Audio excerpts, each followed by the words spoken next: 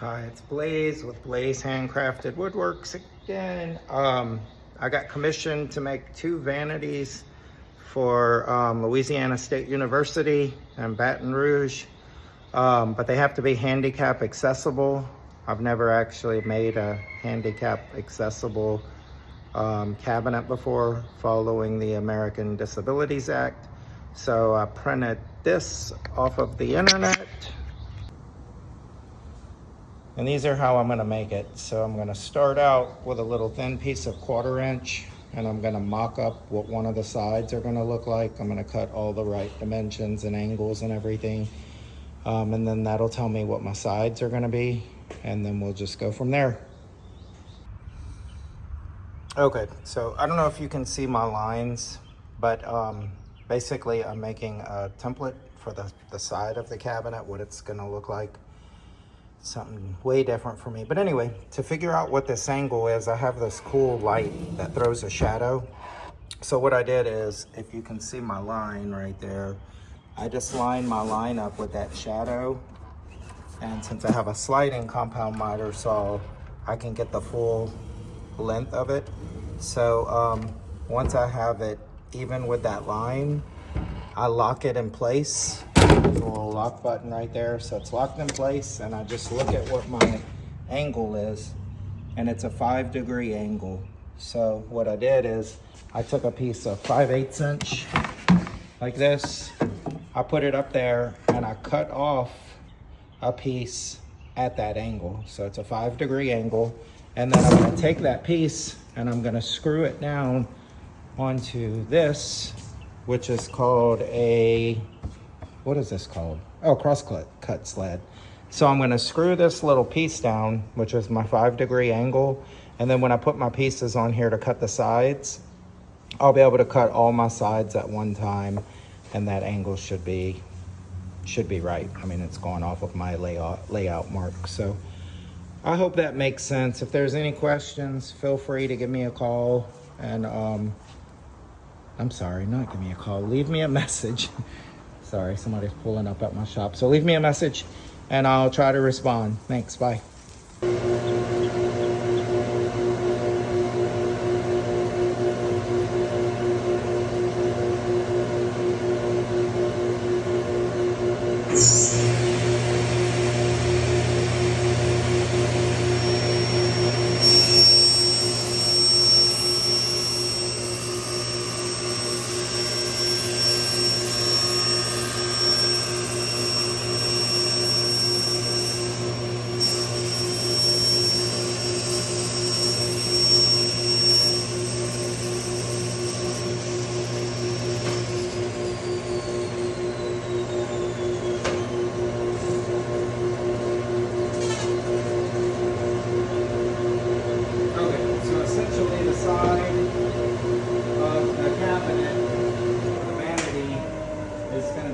It's going to look like this. So the wheelchair can fit under here, and this is off the ground. I'm not sure why they're made that way, but all I can go by is the different websites from the American with Disabilities Act. So anyway, that's what the side of the cabinets will look like, and that's how I figured it out, and I'm going to make them all this same way since I have a pattern.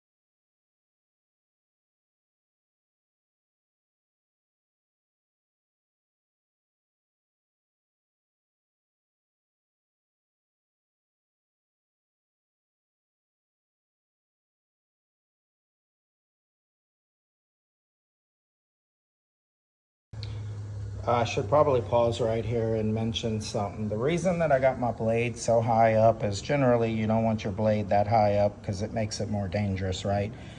When I'm cutting my wood, there's a larger part of the blade sticking up, which means there's an easier chance of getting cut. But the reason that I have it cranked up all the way is because the blade is round. So if I had the blade lowered and I'm trying to cut this part out, see, I'm stopping before I get to the end of my line because I'm gonna have to, after I cut this way, on the bottom side, it's cutting deeper because the blade is curved. I hope that makes sense. So by raising the blade up like this, you have less of an angle than if you were way up here. It would cut way further into that backside. Well, I don't want you to be able to see the part where the blade took out of any side of it because I want it to look professional.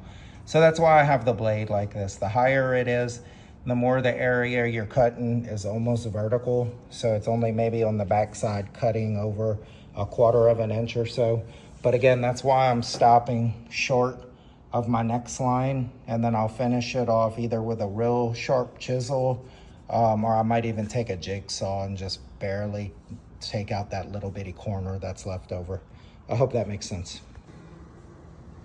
Okay, so I have all these cut to the width and the length, and I've also got this first cut right here. This next cut is the cut where I need to use my my crosscut sled with that angled piece that I showed you earlier. So I'm getting ready to go ahead and cut this piece. And again, I'll stop short because on the bottom, since the blade is round, it's gonna be cut further in than wherever I stop on top because the blade's round. I hope that makes sense. So after I cut all these straight lines, I'll come back and notch out that little corner. I think I'll use a jigsaw today to do it. I could use a sharp chisel, but I'm sure I'll get about the same results. So that's what we're doing next. And if anyone's wondering what dimensions I use, my rip, which means cutting the strip the long ways, is at 22 3/4, which means once I put a front on it, it'll stop at 23 1/2, which is what the dimensions tell me to make it at. And then the cross cut this way is even 24 inches or 2 foot.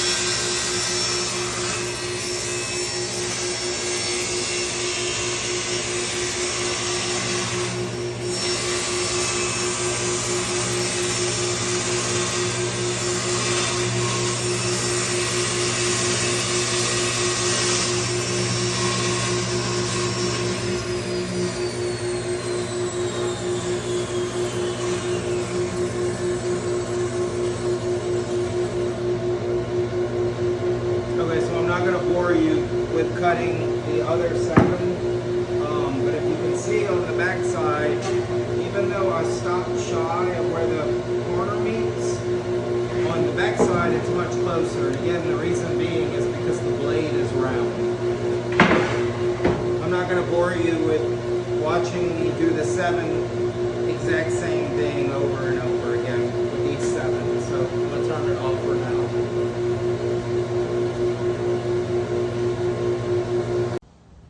Okay, I got them all to this point. And now I'm going to use my jigsaw to finish up making these 2 lines meet so I can cut out the corner. And the reason I didn't do that on the table saw, as I explained like 10 or 15 times already, is because then it would leave kerf marks. A kerf is the line left after a cut. So on the underside, I don't want the line to continue. I want it to stop right there, like it looks like I know what I'm doing, like I'm a professional. So I'm gonna go ahead and cut those out. And sorry, I was reading the text message. So I'll get to that real quick. Okay, so I'm finished with my cross-cut sled. I can pick that up, get that out of the way.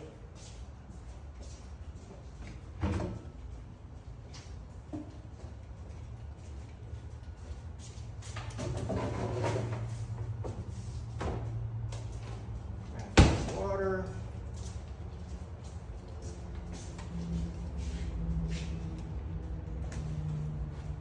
And start cutting.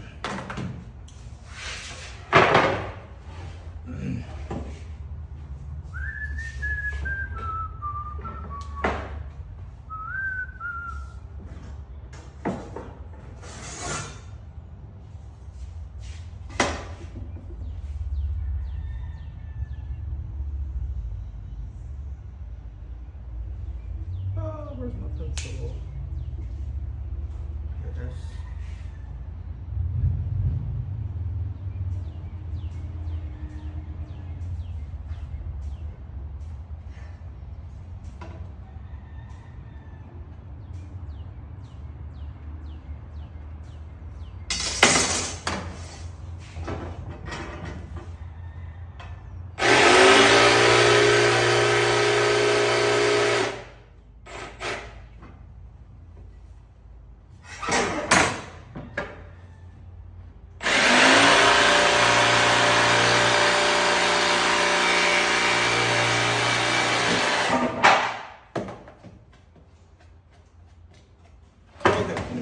So they're all gonna look like that when I'm done. I'm not gonna bore you and make you watch me do the same thing to 7 more pieces, 7 more sides. So I'll shut the camera off.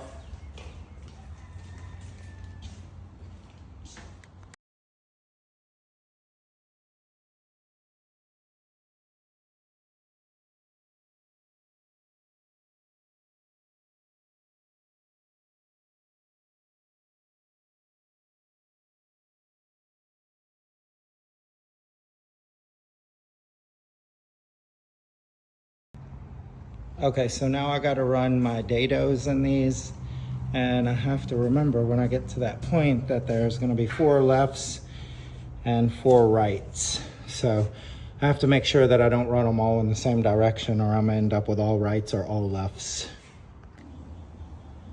Okay, so I already went ahead and oriented them right and lefts so that when I get to cutting the dado, I don't have to think about it. I can just grab and cut, grab and cut, grab and cut, etc., etc. So let me go do that real quick. I'll probably do 1 of each and then put it on the cinematic, I think it's called, or whatever. No, time lapse. So you don't have to sit there and watch me do each one.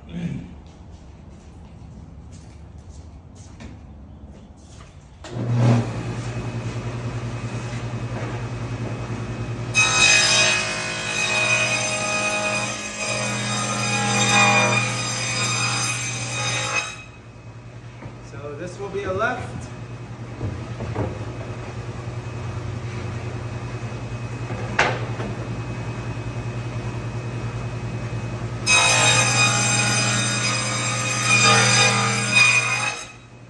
And this will be a right. So when the cabinet's made, they're gonna go like this, and the back is gonna slide in between here. Of course, they're gonna be much wider than this, but just so you get the idea. Here's two.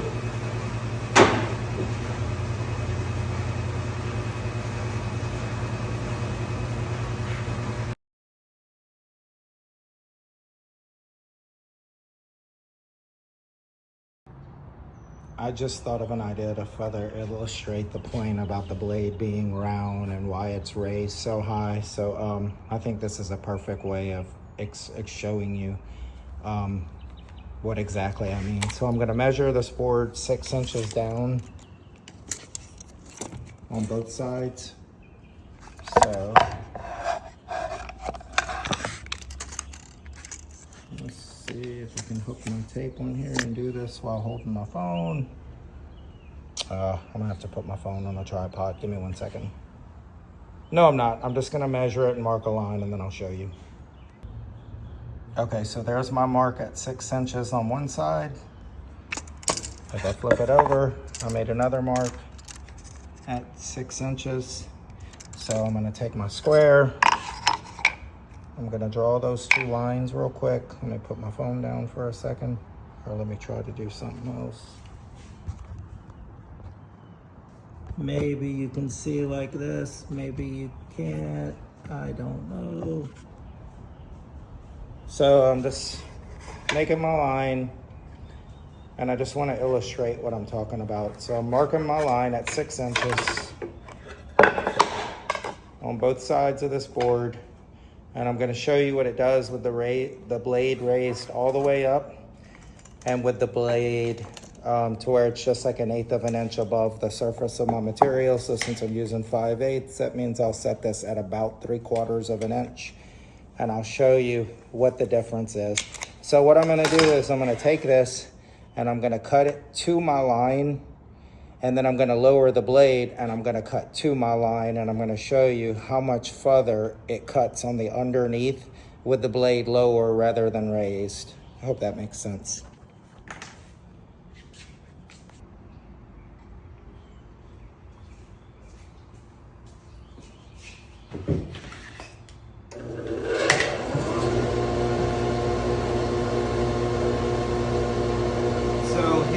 Cutting all the way to where my blade just touches my line at 2 inches, then I'm going to move it over to 4 inches. I'm going to lower the blade, and I'm going to do the same thing, and I'm going to show you the difference that it makes.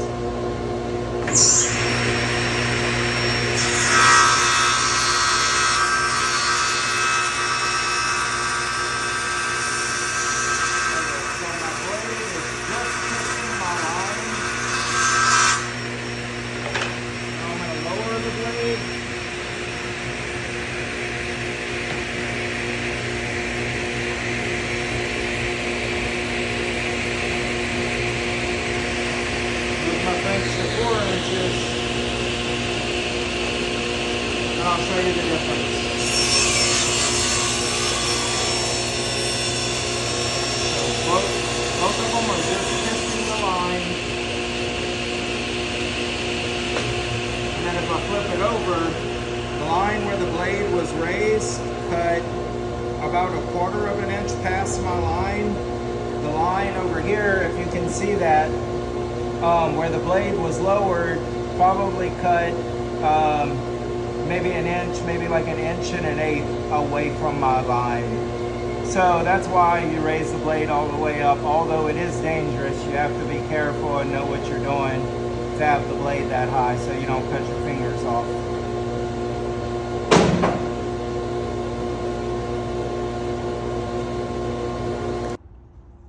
So here's the handicap vanities that we're making for the Louisiana State University.